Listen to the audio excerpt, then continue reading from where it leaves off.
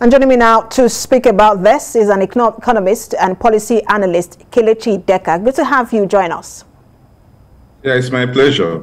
Thank you. So I'm very sure you followed that presentation by the president yesterday when he reeled out the figures in the budget proposal for 2022.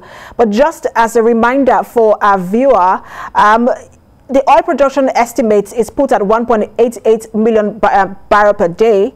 We'll have the oil benchmark at $57 per barrel. There is also the projected GDP growth of about 4.2%. Inflation is put at 13%. And then you also have the exchange rate of 410.15 naira per dollar. When you look at all of this, including the oil revenue, the non-oil taxes, how realistic are you in light of our current realities? Yeah, for a mono economy like Nigeria, and for an economy that's basing everything on the assumption of all things being equal, especially as it concerns the global oil market, you have to take it with a kind of subdued optimism in a kind of a prayer situation that we hope that things work out for us, because you're looking at an oil market that can go up any day and that can crash any day, and anything that you're building based on that can also crash with it, because from our experiences in 2020 and 2021, we don't need the soothsayer to warn us of the need to stop this overdependence on the oil sector and start walking the talk about the diversification of the economy away from the oil sector, because anything can crash tomorrow, and by the time it crashes, you have nothing to hold on to, and you keep on your borrowing spree all over again. So it's a kind of subdued optimism, hoping that everything works out well, because we are in a very bad situation as a country presently.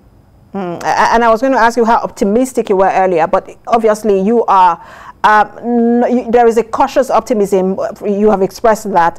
But you talked about borrowing all over again, because it does seem like we're going to borrow. This budget is going to run on a deficit, and that deficit have also risen from the previous budget of 6.26 trillion naira. You heard the Senate president yesterday telling the president that because of the need that we've had in the country, the coronavirus pandemic, there have been needs to sort of approve the borrowings of the president. But he also said, look, it is now time for the executive to start to look out for other sources of revenue and not just borrowing alone. In plain terms, where do we find the money? That you see, you don't pluck the money from the trees overnight, and you don't just wake up and start looking for where to find the money. This administration has had, if I may say, the last 6 years to work on where to find the money. They continued on the same mantra of the administrations before it on the need to diversify the economy.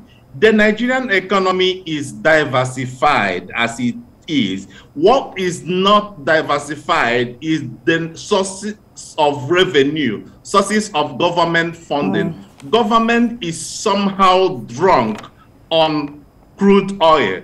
And because of the ease with which they pull out money from crude oil, no effort has been made to kind of build up the other sectors of the economy so that there will be buffer to our revenue system. That has been the mistake that's been made all along. They don't want to work. They don't want to roll their sleeves and work and get the manufacturing sector, the real sectors of the economy, to become the cash cow of government. And I think why they've not been able to do that, or why they don't want to do that, is that by the time they reach sectors of the economy becomes the revenue bulwark of the government, they found out that government might not be able to dip its hands so easily into those areas and pull out money the way they are doing in the oil sector.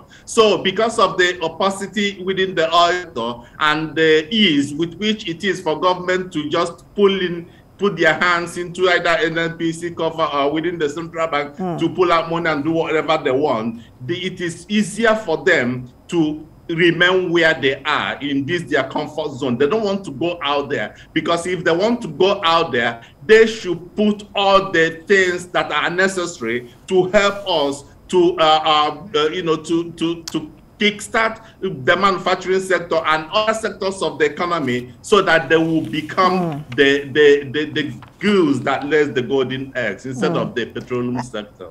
And we're waiting for the finance minister to give a breakdown of the appropriation bill for 2022, so where the money it's flowing to in terms of capital expenditure, and what sort of hopes we should have in that regard. Thank you so much for talking to us, Economist and Policy Analyst Kelechi Decca.